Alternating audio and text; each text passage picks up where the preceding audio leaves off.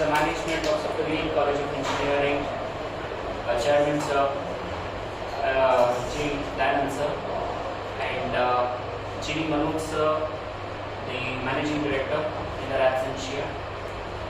I also welcome our beloved Principal Dr. H. Ramakrishna Sir in their absentia. With the permission and by welcoming our beloved HOD Sir, the visionary of our department, Dr. P. Mahadeswamy Sir, here.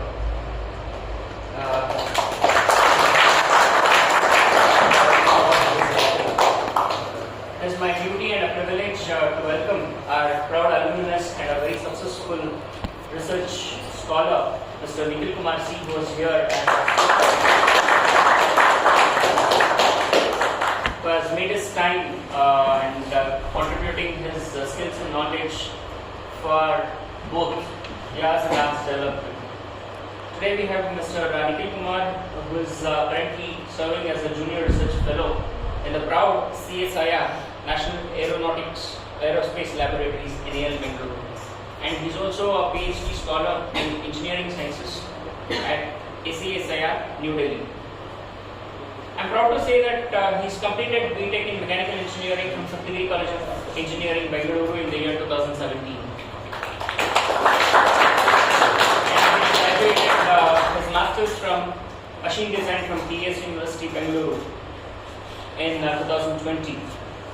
He's also been awarded with Professor CNR Rao and MRD Merit Scholarship for the year 2018 and 2019, which is a very prestigious scholarship which is being awarded to the meritorious category.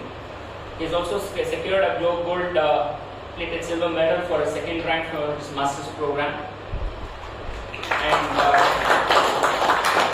his area of research and expertise is in machine design, finite element analysis, biomechanics, and aerospace materials. Presently, he is working on the pre-behavior of nickel-based superalloys of an aero engine part for LCA Tejas. LCA, that is the Light Combat Aircraft. And this project is funded by Aeronautical Research and Development Board, New Delhi. Our speaker has also worked on the designing and analysis of prosthetic foot made up of composite material. The prosthetic foot design parameters and some novel features of the work have been filed for the Indian patent and is also published in Indian Patent Journal, which is a very proud aspirant. And he's also worked on the railway project to carry out the FEA analysis on welded joints of the railway track. He's also an active trainer to the students on ANSYS Workbench software, and he has been awarded the best paper presentation in the National Conference held in CSIR NAL on 15th of July 2022. And today we have Mr. Nikhil Kumar, who is discussing on the topic materials used in aircraft structures and aero engines. And this is one of our pride moments to have you here. I welcome you all on the behalf of I request that beloved HOD sir to kindly address the gallery. Let us not waste time. It gives the right term of our speaker. Okay. So what you know, just you know about my steel, maximum steel and cast iron and copper or brass pressure. Okay. And one more term, you heard about composite and nanomaterial. Beyond that, you cannot specify any composite material, right? So these are all not available in the textbooks. So that too particularly our Nikhil Kumar is working in NAL. Okay, but the information or whatever the knowledge he is going to share is most important for making use of this. Okay, thank you. Over to Nikhil. You can kindly note whatever the Important point you can note down is better. It's going to help you for your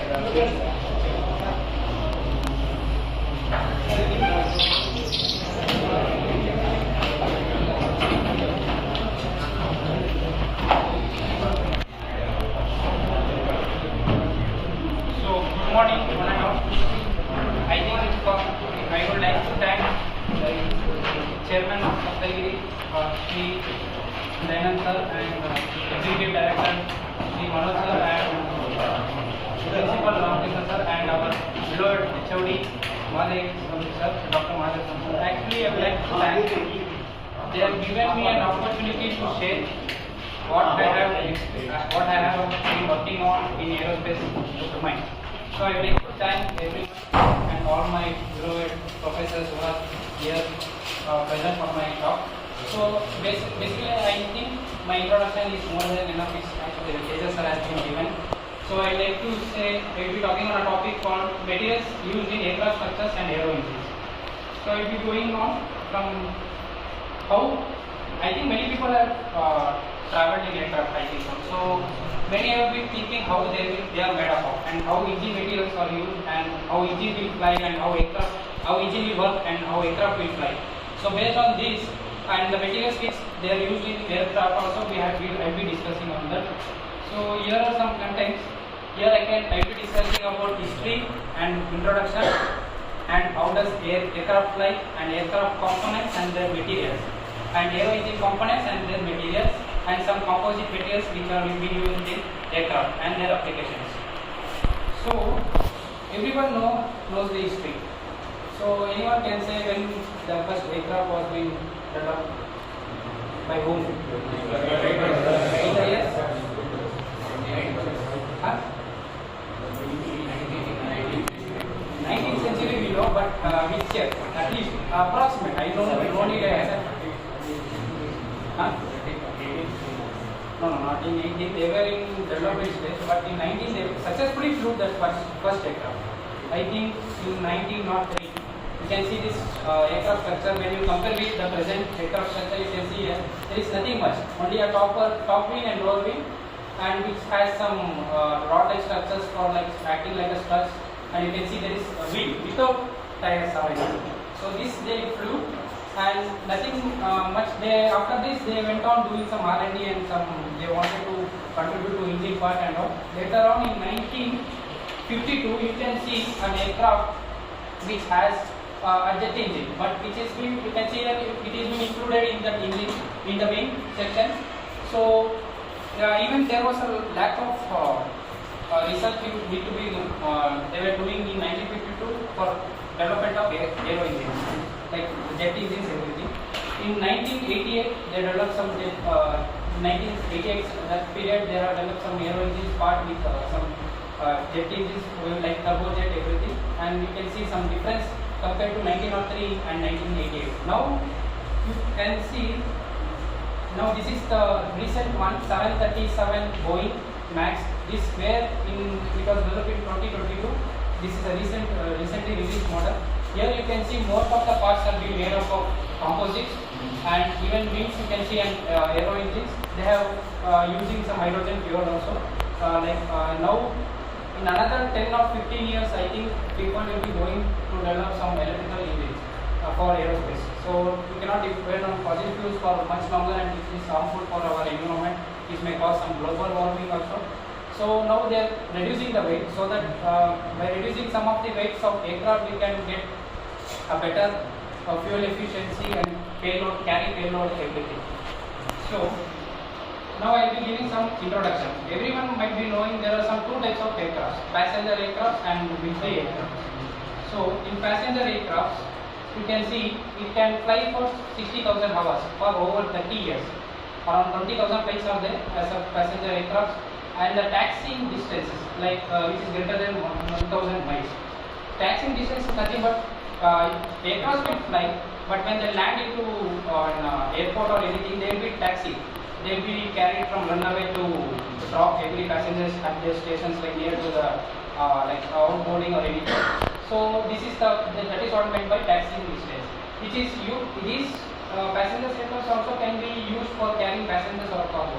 Once their lifetime is they exceed, they will refurbish or overhauling they will do, and they use it for a cargo.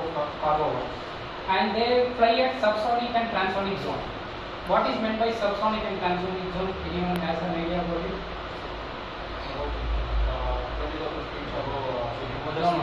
Not about height. It's about, I will give you a clue, it's about speed. 600 that is, we will, for aircraft we will speak in Mach numbers or something.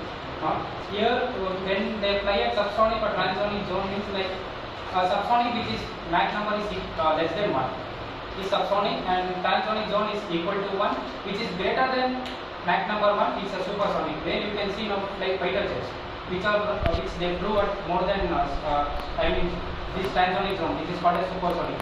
Once they are flying, when anyone is near to Indranagar, they know some experiences. Some shock waves will produce. Once they start flying at over, that is the more than speed of sound. Now, where I am working on LCA gauges, it flew around 2.5 Mach number, which is more than transonic zone. So I can show this. This is some of example of a military aircraft which our IAF Indian Air Force is using. So why the main difference is they have high maneuverability. They won't flew like passenger aircraft as a stationary. They will flew. You can see in air shows.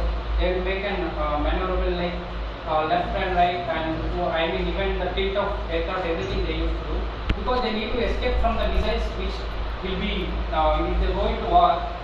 They need to face war, then they will need to face those missiles, everything they need to escape from that. So they travel at high speed and smaller airframe. Airframe will be smaller compared to passenger aircraft. Service life is for 6,000 hours and one-tenth of the life of air transport aircraft. They fly at supersonic speed. So how does aircraft fly? So everyone might be knowing that they flew through aero engines, that's true, but there are some control surfaces which are mounted on aircraft. I will be showing you. Here you can see pitching, rolling and yawing. This is with respect to X, Y and Z directions. You can see pitching near the wings.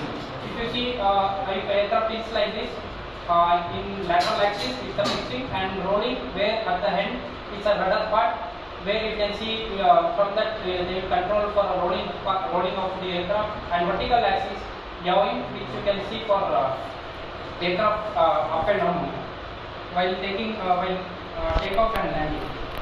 So this is an aerofoil structure. This aerofoil structure is a cross-sectional view of a wing. You can see a wing. You can see here. If aircraft, when it's running at some speed, air splits into two different directions, at front and at lower, where you can see an air pressure reduced at the top and air pressure increased underneath, and here accelerates down. So here pressure will be more, here pressure will be less. Due to this one, the downward force on air, it will make aircraft to fly up when it's running at some speed. And you can see these are some of the things how aircraft will fly. Plane goes up from the wings and air goes down. And engine, from engine, if a thrust is applied, so plane goes forward. And some of the aircraft components I will be discussing here. So 5 main components of aircraft. Here these are fuselage, wings and empennage. It's an rear portion of the aircraft, which is also important part, and engine and landing gear. So people might be wondering like these are the parts. It's very simple, and engines, the main core part of an aircraft, where still only most of the parts are being moved by 3 materials in the entire world. That's our examples like nickel based superalloys, titanium alloys and steels. I will be explaining about that one. And fuselage, most of the fuselage and wings parts and these empennage are made up of aluminium and some composites. So I will be discussing about every part, what are the materials that have been used. And you can see here, this is an aircraft. You can see fuselage, the entire structure where passengers will be sitting, and even a pilot, cockpit, everything. This section is called as a fuselage. And bottom, as you know, the luggages will be loaded. And you can see here there are some wings attached which usually generate lift, and wing leg which use for decrease and increase this drag, and aero engines. And here this is the portion where I was talking about empennage, where you can see vertical stabilizer. This is called as a vertical stabilizer. This is called as a rudder to change yaw and control yaw. And flaps. This you can see here. If anyone sitting near to aircraft window, you can see some during landing, flaps will open up, because to control the speed of aircraft, it will reduce this speed, and during flying also these flaps will control lift and drag. So these are some of the aircraft components, and some of the material properties which are being used in aircraft. Here you can see an imported 718 titanium alloy, 6 aluminium for vanadium alloy, titanium 6 aluminium for vanadium, and stainless steel, margin steel, NCM steel, aluminium copper alloy. This is 2000 series of aluminium I will be explaining in upcoming slides, and CFC, carbon fiber reinforced composites. And you can see what is meant by strength, density, specific strength and specific strength. I think people you might be exposed to these keywords, and what I would like to say is you must be fundamentally more confident about, you should know all these keywords. As being a mechanical engineer, we should have a strong fundamental basis so that wherever you go, they will ask if you have worked in anything or what is the strength of materials. Like I can say, you can ask what is the density of aluminium. I think you people are studying material science by this time. What is the density of aluminium? If anyone knows.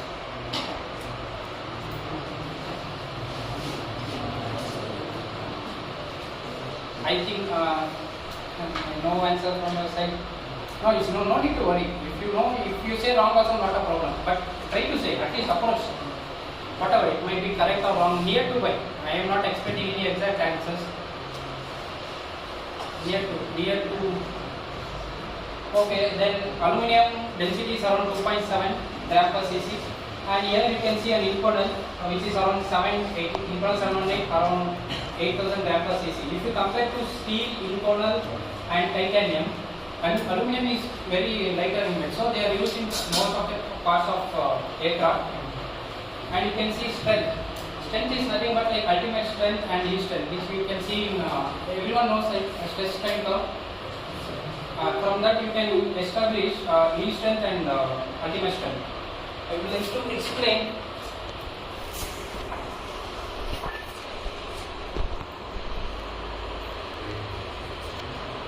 This is stress versus strain. This portion is an elastic fluid region. Elastic region.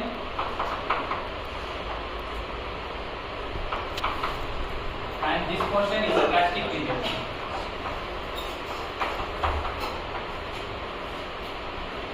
Here is an yield strength we will be finding out, and lower and upper yield point, and this is an ultimate stress, and fracture point will be at.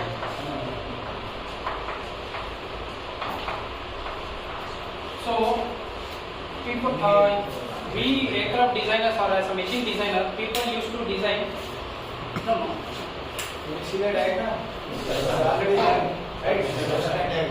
So this is the most fundamental diagram where we will be considering everything during even our aircraft component testing. When I am carrying out some of the testing parts, we will used to load any cases or anything during testing. We will be designing with respect to elastic region.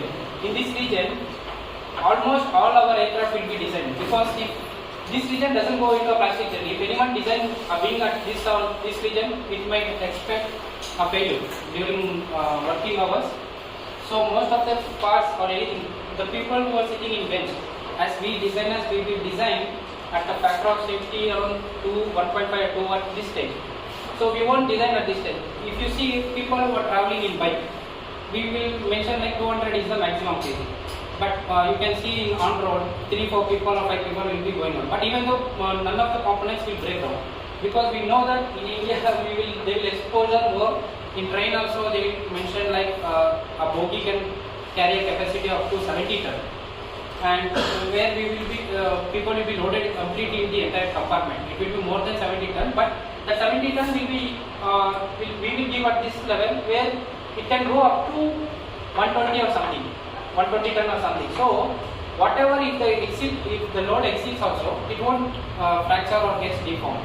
So this is the plastic region. Here, if material experiences above elastic region, some strain hardening will happen in this region. Due to the strain hardening, the material will behave like it becomes hardened, so the amount of stress which is required for that material will increase. Compared to the yield strength, it will increase. And after during it reaches that ultimate strength, which is an ultimate load of an component, where it will start to necking. You can see if you do any testing, you can see a necking part. Due to that, the material gets deformed and it will fracture. So this is why this is UTA certified tensile strength and here yield strength. So this I was speaking about strength, which is most important part of any of these structures if you consider for aircraft or automobile parts or any parts. Like if you are designing a building or benches, everything, everywhere strength is very important. And density, you can see steel and some superalloys have more density. And strength with respect to specific strength. Specific strength is nothing but the ratio of strength, which is yield strength, and to ratio of yield strength to the material density. And specific strength, stiffness is nothing but it is the ratio of Young's modulus to the material's density. So here you can see specific strength and specific stiffness, composites has more compared to all superalloys and steel. So due to this reason, some of the parts has been aluminum or any metal parts has been replaced by composites in aerospace domain. So now I will be discussing with aluminum alloys. I think you have discussed I think in your subject you have heard about this aluminum alloys classification. You have read 1000, 1000 series or 2000 series. Okay, it's okay. Then aluminum alloys. These are the aluminum alloys where an airframe structure it has been used. You can see here aluminum alloying element, pure aluminum, which is 99% of grade. That is 1000H series, which is commercially pure and non-heat treatable. And copper, addition of copper to an aluminum 2000 series, 2024, 2014 and 2124. These are the materials which are used in fuselage and some other parts of the components in the aircraft. I will be explaining in next slide. And manganese 3000 series, silicon 4000 series, magnesium 5000 series, magnesium and silicon in 6000 series 6061, which is a weldable alloy. Even we are working with 5084 and even it's not a weldable material, even we are trying to explore some of our research works in that 5000 series. So an addition of zinc 7000 series 7010 and 7075, 7050. These are vastly used in aircraft components. And some other elements 8000 series. I would like youngsters who would like to do some research or establish any of your new materials will be very good for our country or world from your contribution. Here you can see materials used in aircraft, used in passenger aircraft structures. You can see here wing box 7075, 7075 is been used in the wing box, and airframe structure 7075, 7178, and some titanium alloys, titanium 6 aluminum 6 vanadium. Some of the materials like aluminum alloys, titanium alloys, and composite. Why we are using alloys, not as a base material of aluminum or titanium? You might be thinking. Because if you use a raw material for aluminum, you won't get the required strength and required strength and some properties. So allowing some of the materials, like as I said, copper, manganese or magnesium or silicon, you can enhance the property of the material by increasing their strength, everything. So you can see here horizontal stabilizer, but here you can observe 2024 with some condition, that is a heat treatment condition like T6, T4, like artificial aging and natural aging. I won't be going into it. Here you can see a fuselage section which is also made up of aluminum and some composite, and you can see stringent. Stringers also is there. I will explain it. Like these are the materials which will be used. And honeycomb sandwich structures also you can see here, which will be used near that wings, which is mounted. You need an high specific strength and high specific stiffness. Some of the materials used in military aircraft structures, here you can see aluminum, steel, titanium, carbon epoxy and other. Aluminum is very almost around 49%, but most of the parts has been made of carbon epoxy. Now even our HCA Tejas, we are developing some of the composite materials and we showing where rudder and these wings have been developed using composite. Where you don't need much of thermal applications or anything, there you can use aluminum composite in place of aluminum or any other metals. And titanium you can see near wings and it will be used in aero engines. And these are the composition. Increased carbon epoxy usage in center and after fuselage, and high strength durability which is used in flap and transmission. These are the carbon fibers, you can see more here. Epoxy has been used for this structure. And some mechanical properties. Here you can see different components which I have described earlier, like fuselage, upper and lower wings, parts, frames and ribs, and landing gears and control surfaces. Fuselage is used to retain the aerodynamic shape, where you will be having some aerodynamic loads like pressure while it's traveling. It is made up of aluminum and composite. Upper and lower wings of an aircraft is made up of which property is eye specific stiffness. As I explained about specific stiffness, it requires eye specific stiffness, which is made up of aluminum and composite. Spars, frames, and ribs. Distributed the loads, good specific stiffness and strength. Stress corrosion cracking. This what is meant by this stress corrosion cracking resistance?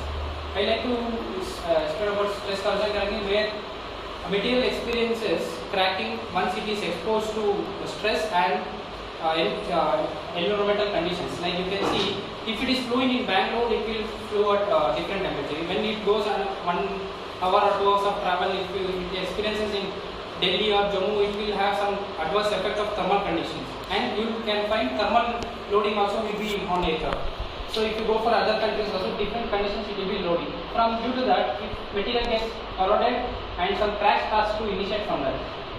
And material should have a good fatigue strength and low fatigue crack growth.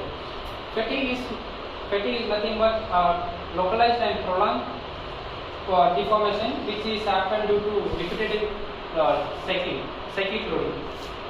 And landing gear is the most important one.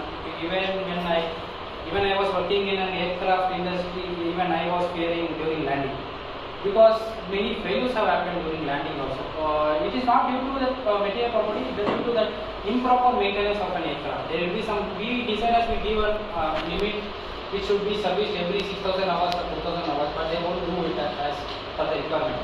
So they in India it will be like Chalta hai, they will do, and after that it will, some initiation will happen at micro level. You cannot see at macro level. At micro level, some deformation will be happen. So it needs a good fracture toughness, which is made up of steel and some parts of aluminum, not completely, where steel, because it experiences sudden shock loads. When it's landing, it experiences sudden shock loads. Where another part is like control surfaces, where it is made up of radars, elevators and ailerons, which needs structural stiffness and it should be light in weight, which is made up of aluminum and composites. Introduction to aero engines. Now I was explaining about structures. Do you have components or material for aero engines Separate. like compressor, combustion chamber, Yes, sir. turbine? I will be explaining. Because they are studying aero engines. Okay. Now I will explain. Introduction to aero engine. Here you can see this is an aero engine structure of an jet engine. A cross-sectional view of this one. So people can talk after some time. This is an interesting. Actually, I didn't had any exposure like this. Like to take some good inputs. This is it will be very useful. Like introduction to aero engines, you can see here intake, air inlet, compressor section, and combustion section and exhaust. And this where you can see until compressor section, it will be a cold section. And upon next, there will be a hot section where near combustion and exhaust and turbine. So how an aero engine will work, you can see cold air will just pass through this intake where a compression will take, and with fuel injection, combustion of air and fuel mixture will take place. From that exhaust, you can see some increase in temperature, and through that thrust, aircraft will be flying. And you can see inlet compression, compressor and combustion turbine and outlet section. You can see here temperature versus this section, cross-sectional view, the graph. Here you can see at combustion and turbine, there is high temperature has been experienced, around more than 1000 degrees Celsius, 600 to 1000 degrees Celsius. So I will be explaining in this combustion and turbine region which material will be used. There are types of aero engines. You can see a turbojet engine, turboprop engine, turbofan engine, and propfan engine. These are the types of engine. Where in turbojet you can see an intake of an air with compressor and combustion exhaust. In turboprop you can see a propeller has been mounted outside. You cannot see that any fans are mounted inside that casing. It's outside that engine casing. And in turbofan, at near that outside of the casing, you can see a fan. Here at turbofan, inside there will be mounted fans with a compressor where it will initially intake a compressor, everything of air, and with working condition will be there. As I explained previously, I will be explaining only about types of engine. Now I will be discussing about aero engine materials. As I said initially, what are the materials which can be used?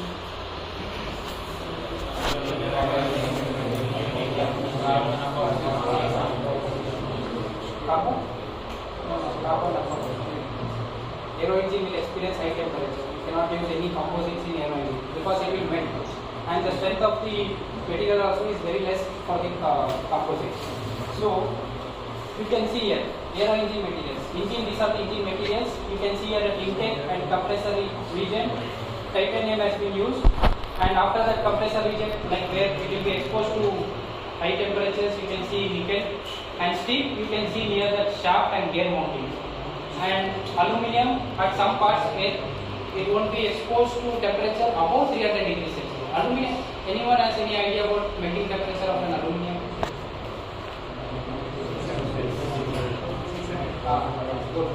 60 degrees Celsius. And for titanium or nickel,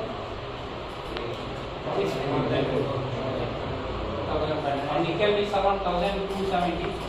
And composites. Composites are used at outer facing of the part where it won't expose more than 100 degrees or something.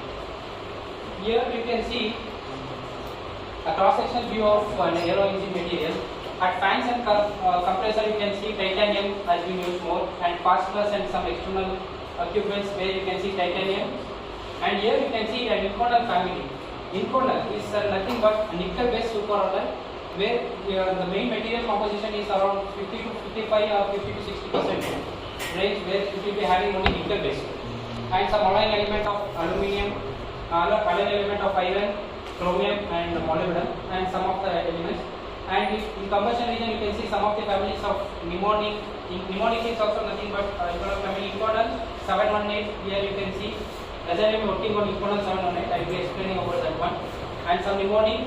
And near exhaust also Inconel 625. They have some, these are some newly developed materials during some around 30 to 40 years. Inconel is one thing I can say about these materials are ruling the entire world. Only these three types of materials of titanium and Inconel and steel. And some steel applications in aero engine, where steels will be used. Why steels are used in aero engine? Steels are used because they have good wear resistance, where they will be they will stand high temperature and have good core strength. There is a strength related to the material where it will be having good core strength. You can see bearings. These bearings also is an application which will be used in aircraft, where we have in India we have one good lab in our material division where there will be it is called as failure analysis lab. There we will be finding out lots of this gear and bearing related components, because these exhibit more failures in working conditions or anything. Even recently I can say between travel aircraft has been crashed and the component also has been taken for analysis, and many failure, any of the failure components, even Sukhoi was crashed before 10 or 15 years. It was came to an NL for an analysis why it has been crashed. But the Russian people, they were not agreeing for that one, because during engine there is an inlet of a fuel. It was misaligned with 1 or 2 degree. The pressure was impinging on a blade, so that it got corroded and it got failed. But this was proved by one of my he's a chief scientist and working as a M&A engineer, Dr. Bhumi, and their team, they did very well, good work. They fought for one month. They told it's a fault from your end, it's not from our end, not neither pilot or anything or service people. Later they accepted and they got they have submitted report to an Indian government. So here you can see a crankshaft also made up of steel. Here you can see crank wheel and oil passages and flywheel, axis of rotation and main journals and crank wheel. Many people can design any of these parts. I think if you are anyone are interested in design aspects, they can design bearings, crankshaft, and this which is applicable to thermal loading. You can do some design and analysis of this. And pinion shaft, which is mounted some gears and shafts also made up of steel. And you can see some of these gears. Like I think you have studied planetary gears or anything. And most of the gears items are made up of steel in aero engines. And the titanium alloys application in aero engine. You can see this is an aero engine cross-sectional view. You can see a titanium 6 aluminum 4 vanadium which is being used. It is an alloy which is being used in fan and low pressure compressor at aerofoils and disc casing up to 350 degrees Celsius, which is exported up to 350 degrees Celsius temperature. And titanium 6 aluminum and a small addition of tin and zirconium molybdenum, we can see a rare low and front high pressure compressor and high loaded pass where it should be exposed up to 450 degrees Celsius temperature. You can see it. And this is addition of aluminum and some composition change in molybdenum. So if you change little bit composition of material, you can see that their application will vary like anything. Even their thermal barrier applications also will increase. As you can see, this will be up to 540 degrees. You can wonder there is no much difference in temperature, but this will be very helpful when it is in working conditions to reduce even the weight of the aero engine and improve their properties. And the last stage in the compressor section where up to 590 degrees Celsius IMI 834 is being used. And I will be speaking about nickel based superalloys, the evolution of this nickel based from 1940s to 2040. From, as I said, some jet engine has been started from 1952. Before that, they were utilizing some of their research work. They were using some of the materials, like you can see here, Marel M200, Marel 002, and some Inconel 738 LC, and Inconel 718 also is there. It has been not mentioned here. And RB. These are some of the materials where you can see uncooled turbine blades were there, where they were using for that initially in 1940 to 1960, and from 1960 to around 1990 some cold turbine blades where it is made up of some nickel based superalloys. After 2010, still more yet to come research where you students and you can take some of help from our professors. You can develop some good strength materials, and you can otherwise whatever the superalloys which is available, you can do some testing and consider for some design aspects and applications. So this is the evolution. And nickel based superalloys, why it has been used and what are the properties of it. As I am working on this nickel based superalloy Inconel 718, steel, you can see here steel and superalloy. Turbine metal temperature will be exposed around 750 to 900 degrees Celsius, where you can see superalloy exhibits which is holding that strength at that phase, whereas in steel it will decrease. Once if we increase that temperature around 500 or 450 something, it will decrease, entire property will get decreased. So in superalloy, what is the main advantage is that you can hold that, it will behave like if you people have some good food or anything, you feel like refreshed or anything, you feel happy. They feel happy when they are exposed to an temperature. So they will hold all their properties and they will degrade their properties when they are exposed to higher temperature. And you can see here some of the you can see stress structure strength versus temperature graph here. You can see aluminum alloys won't withstand. They have very less stress structure strength compared to metal. Alloys. Here magnesium alloy also is very less, and thermal application is around 200 to 250 max.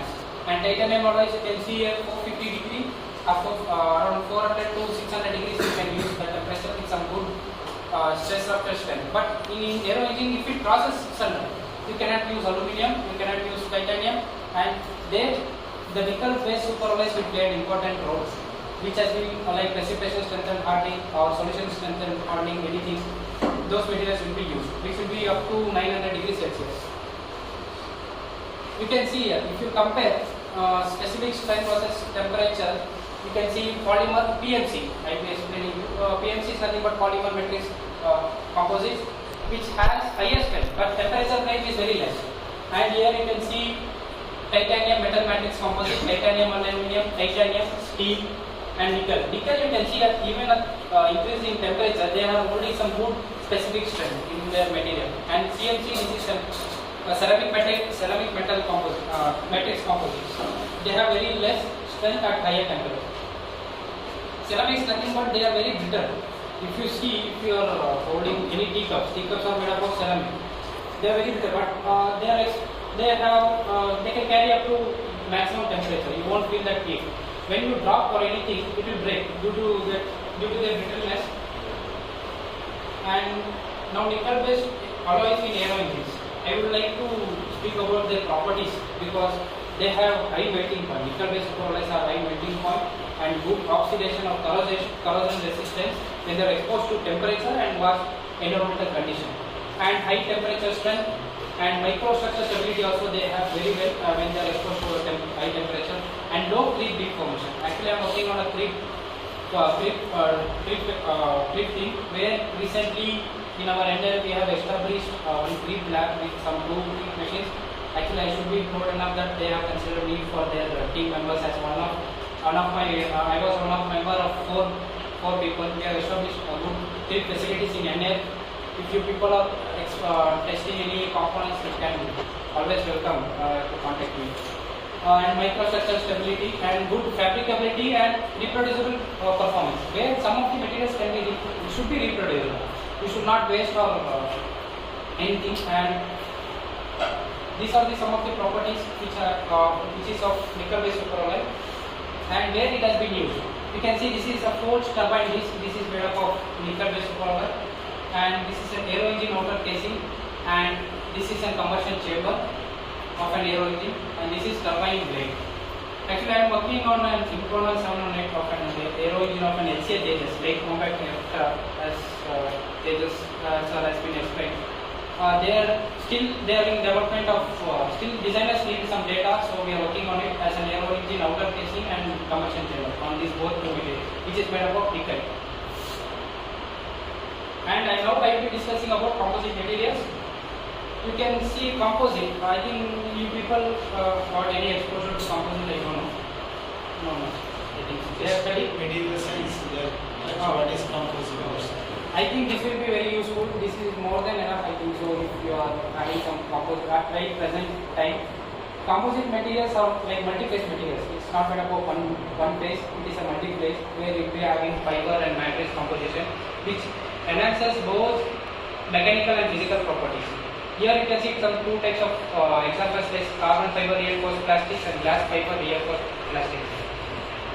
Composite nothing but fiber plus matrix, 2 phases. Here you can see fiber will act as a reinforcing material which is used to carry load. Every load bearing will be on fiber, not on the matrix. Matrix will act as a binding material which will be exposed to an external environment, where it can go like it will resist the environmental condition or any thermal effects. It acts as a binding material. And some of the examples of fibers and matrix: carbon, glass, and aramid, boron. Carbon and glass fiber is used for high temperature applications. Carbon usually used for, I will be discussing where it is used. And aramid, people will be thinking like even our military jackets, military soldiers' jackets are made up of aramid material which can withstand high impact strength. If bulletproof jackets, you can see it is made up of aramid, boron, and some matrix components which will be around this fiber thing where it is made up of epoxy, vinyl ester, polyester, and phenol tips. And types of composite materials. You can see a fiber reinforced composite. Here you can see a fiber has been incorporated into the matrix. You can see it is being inclined at 0 degree, 45 degree, and another minus 45 degree and 90 degree. And you can see carbon fiber reinforced composite. Even your clothes also you can call it as a composite which has been glued on layer on layer. So you can see cloth, if you test any tension, it has some good tension. It won't tear at a sudden rupture or anything it will happen. And you can see here short fibers and some particles, particulate reinforced composite. Short fiber, you will cut these fibers into short pieces or like powder type, which is made up of particle. And even in our daily use, even our building is, we can consider it as a composite which is made up of concrete, which is also can be considered as a composite. Here you can see with respect to different temperature applications, how composites has been considered in aerospace structures. Like polymer matrix composites, they are applicable up to 250 degrees Celsius. Metal matrix composites MMC is applicable for 650 degrees Celsius, and glass matrix composites around 1100 degrees Celsius, and ceramic matrix composites around 1400 degrees Celsius. Glass matrix and ceramic matrix composites, people are working like anything. Still, they are in development phase. Many research and development work needs to be carried out. You can design any of the parts which is exposed to more higher temperature, but it experiences less strength. This ceramic is very brittle, but it can be used in some of the parts in aerosolization. Composite materials and properties. You can see some of the materials like sandwich panel. Even our metro's construction is also made up of like the sandwich panels, which can withstand load. By that is, if you consider a solid block of rectangular piece, it will be more in weight. If you consider only sheet of that one, and in between you make an hollow sphere or hexagonal structures or circular or rectangular or triangular, you will enhance a specific strength with respect to weight ratio. Weight will be very less and strength will be increasing. So people, if people can work on these structures also, like incorporating in any other applications where we are lagging out. And you can see how composites are made up of. They will be stacked in this layup sequence like 0 degree, 90 degree, plus or minus 45 degree, like this stack up sequence, because they will have some good to enhance the strength of the material, mechanical and properties, mechanical and physical properties. And you can see here the properties of composite like specific stiffness versus specific strength. You can see metal and alloys has good stiffness with respect to strength and weight ratio. You can see here composites plays an extreme role in having good specific strength and specific stiffness. Here you can see ceramics having good specific stiffness and even good strength. Here if you see rubbers or polymers, if you pull out foams or anything, it will break because due to its poor stiffness and specific strength. Now I will be explaining how that composite polymer matrix composites are being manufactured. Like open molding process. Due to some time constraint, I won't be going through all this. Like I have highlighted in green thing, I will be explaining those things. Like open molding process, closed molding process, and process for continuous fiber, process for hollow shape.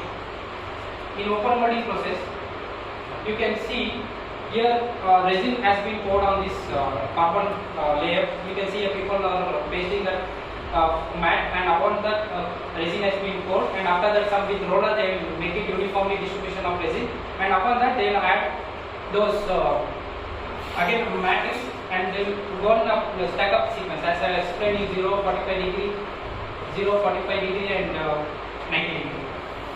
And you can see here that is hand layer.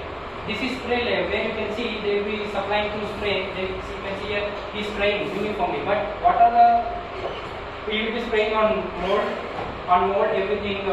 Fabric matrix and resin. You can see supply of resin which will be chopped and it will be melted using that gun, and it will be sprayed on this mat. And with roller, they will uniform distribution and uniform thickness of the carbon fiber you can get. The main disadvantage about this molding processor is you won't get a surface finish at bottom. When you remove, you won't get surface finish. You need to be very careful regarding that. Then add some of the gel coat. You can see some of the gel coat has been added by removing from the mold. And some cold molding process. Here you can see, I think you have these processes you have been studying in any manufacturing processes. If you are going through the subject, you will be studying. Where in industry also they will be using this type of techniques. This is a cold molding process where you can see a raw material is being fed through hooper. From hooper it is being melted using molten plastic, and from that it will be incorporated into a mold cavity. Whatever the shape you need, you will be obtained through mold. This is a resin injection mold. You can see it will be injected. Once the plunger is being screwed or tight, and it will be injected. Here you can see resin transfer molding.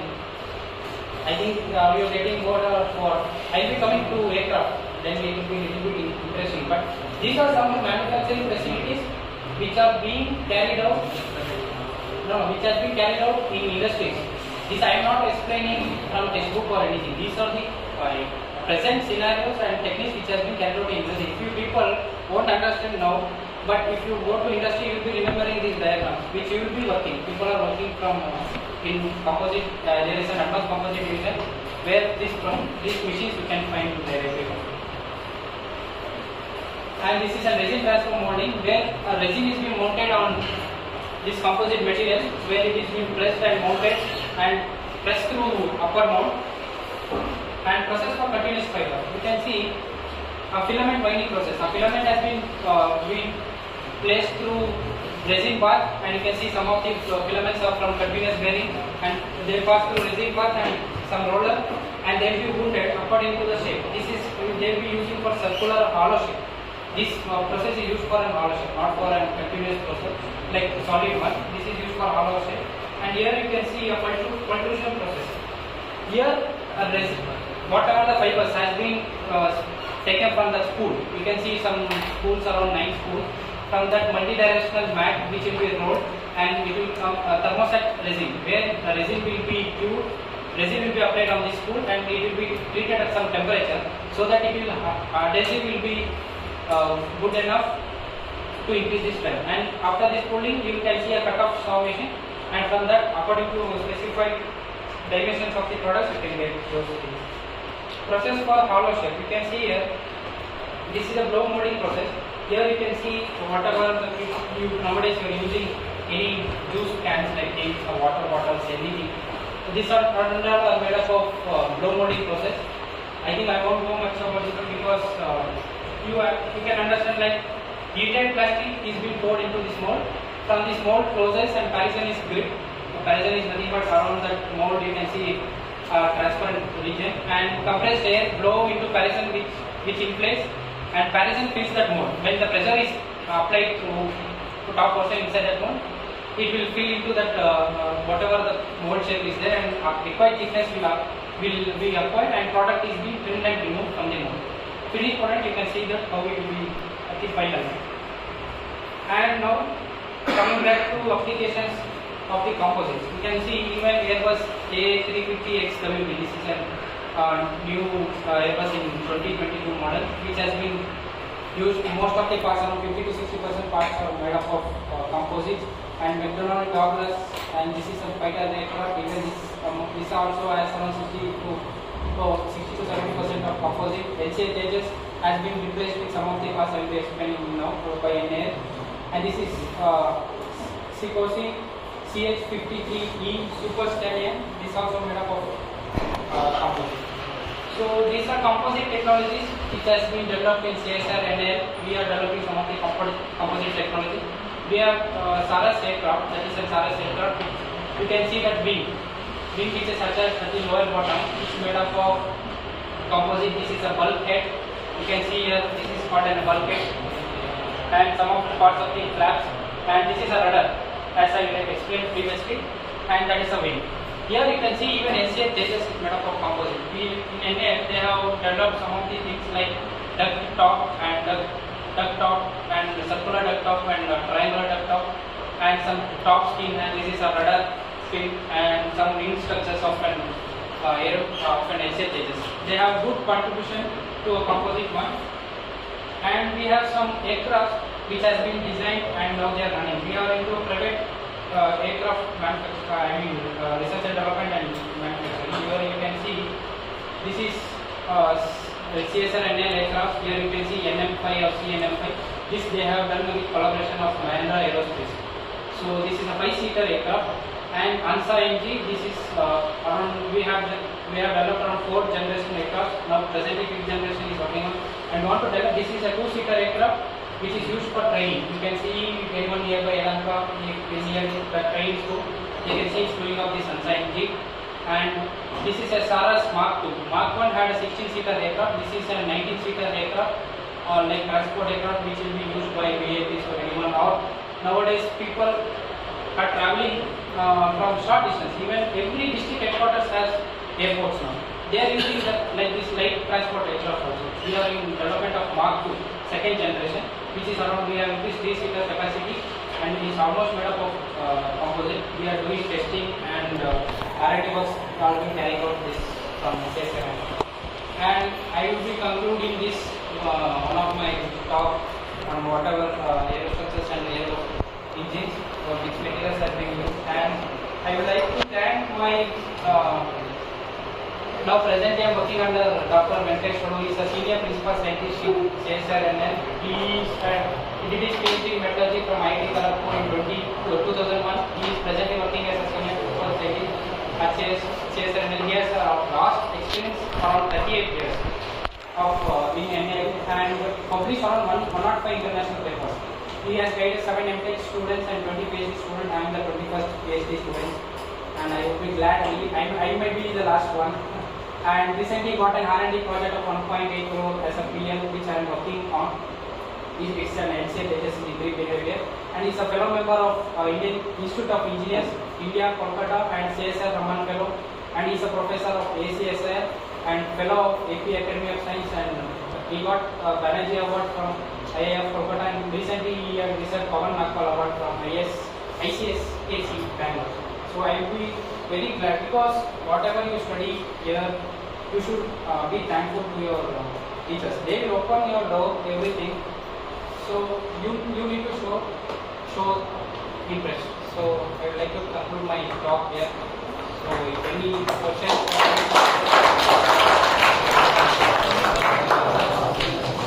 Any question or clarification needed, you can ask. I think it might be boring or not. It might be interesting.